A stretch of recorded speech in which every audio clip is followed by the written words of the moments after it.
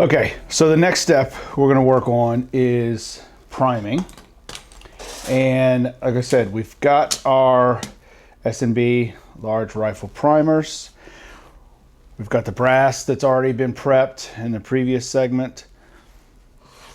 And we're going to use the Lee Precision, the hand priming tool. So again, you can prime on the, on the press. You can prime with the Lee loader. With the Lee loader, let me just show that real quick. Basically, the way that you do it with the Lee loader is they recommend doing it when you had the brass all the way up inside here. So, we had the brass as we formed it, neck sized it, and it was tucked up in there. And then what you would do is you would take a single primer. This is one of the other reasons I'm not a big fan of this, is I don't like really handling the primers.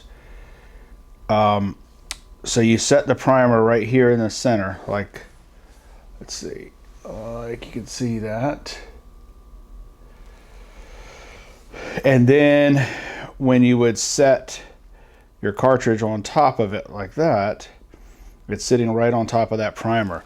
And you use the priming rod, and then you tap it down in there, and it pushes the brass down. The ring around there is spring loaded, and then it forces the primer up inside there.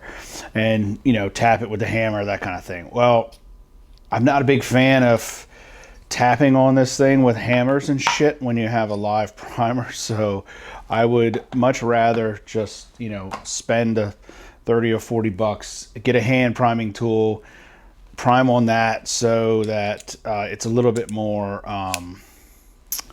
precise, we'll say. So that's what I'm going to use to do these. So I'll just prime all 40 of these, at once, or one step. So the hand priming tool comes with the primer holder, and it's the flip tray, all kind of in one. You've got the actual tool itself. You've got a small and a large. These are the little assemblies for the primer. So you have a small and a large for those. And then this is, I think, the deluxe kit, they called it, or something. So it came with 11 different shell holders. I think there's a couple more that aren't in here. But it comes on the back of here. There's a little chart that shows you which one is required. So this one for the 308 is number 2. I should have these in order. Yep, number 2. And then you have the instructions in here as well. There's also another copy of the shell holder numbers and all the instructions. It's a pretty simple tool to use to get the I'll set this over here out of the way. So to change out from like large to small, you just flip it upside down, and then you pull this piece down away from the handle, and it pops out, and then this guy will slide up and you can change to the other one. Put it back in there, pop it in, and then to put the shell holder in, we just slide down this plastic holder, slide the shell holder in, and that's it. And so then when you slide it up, it presses up. All right. So we slide this guy down to open. The previous ones, these had like a round tray. You've probably seen some of those on YouTube if they had the older one. This is, I guess, their new design. 10, 20, 30, 40. So, and it has the built-in flip tray stuff. So we'll get our 40. And then just give them a little shake. There's usually one or two that want to be a pain in the ass. And check them to make sure they're all over. Yep. So then flip this guy over and just slide it up to lock. Now, once you get that, oops, I didn't get locked. Okay. Then you slide it into here, like that, and flip it up to on, and that'll let them slide down. So then we slide it in here, press it up in there, you'll feel it stop, release it, and now we have, you want to check it and make sure that it's flush or just below flush. And then we move them over. So this guy is a little bit, come on, finicky on the primer. There we go. So they're supposed to, it's probably hard to see, it's like a feed, it comes into this little plastic piece that's on here. Oops, helps if I get on the camera. So this little plastic color down here is a slider that goes back and forth. So that grabs the next primer and gets it up ready to fall down in when you get this one that's in here seated. So you need to make sure that you kind of maintain it down at the right angle.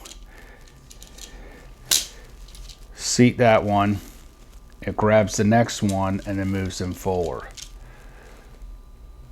There you go. Double check that it's there. Same thing.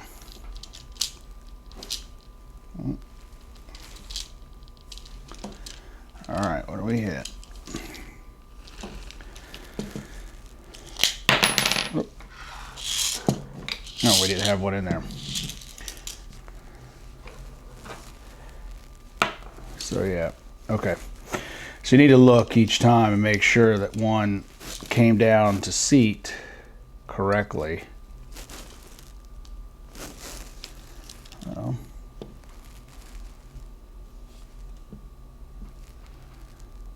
Just coming up there.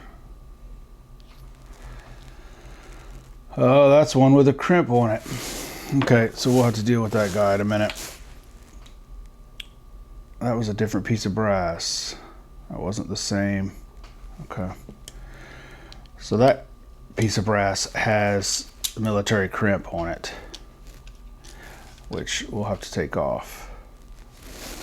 So we'll set that guy aside for a minute and then get through the rest of them. I didn't even notice that one of them slipped in there. Huh. It's kind of odd.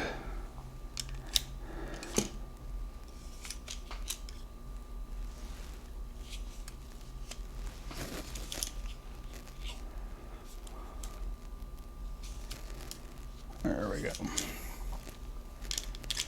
So it takes a little bit to get used to getting the rhythm for this thing. Yeah, there we go.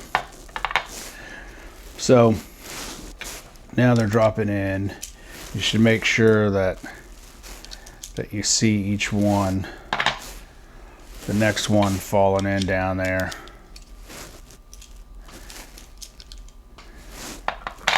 And they go pretty quick.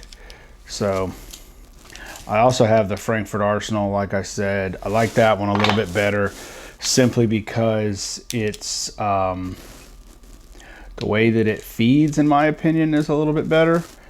And yeah, what's in there? And it's got a bit more weight to it, so you know it feels quite a bit more solid when you're using it. So that's the one that I typically use, but you know, these obviously will do the job just well. They're just a little bit looks like they're a little bit, and this is also brand new. I think I've only used this once before, so it doesn't have a lot of usage. It's probably not, you know, all the plastic sliding and stuff is not worn in very well at this point, so that could be the case also.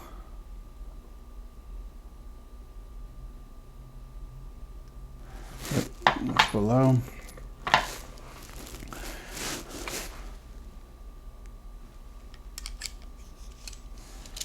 Okay, so I'm gonna finish the rest of these. I'll pause the camera for a minute and I'm going to take that crimp off. So if you're not sure what I'm talking about on the military crimp, it's most of your military type brass, once the primer's set, they put a little crimp around it to make sure that it doesn't come out during, you know, shipping, transport, combat, all that kind of shit. So it makes it a little bit more, well, it makes it difficult to get a primer back in there if you have one of those. Oops, see, that one didn't, they weren't coming down, so I didn't get one dropped in and ready for it. There we go. So when you pop those primers out, you might feel that guy a little bit harder to get out, but usually it's just, you won't be able to see it from here, but there's like a little ring around the edge. You can see like an extra ring that was pushed down. So that is where they crimped it in. You can use a few different methods to take that out. Swaging tools, which will just kind of push that brass through the way. I use the RCBS military crimp remover, which goes on like the prep center or one of the little hand tools. That's what I took off when I put the brush on in the previous episode. And you basically just put it on there and you turn it, and it cuts that little crimp away, and you just keep doing it until it comes down flush against the base.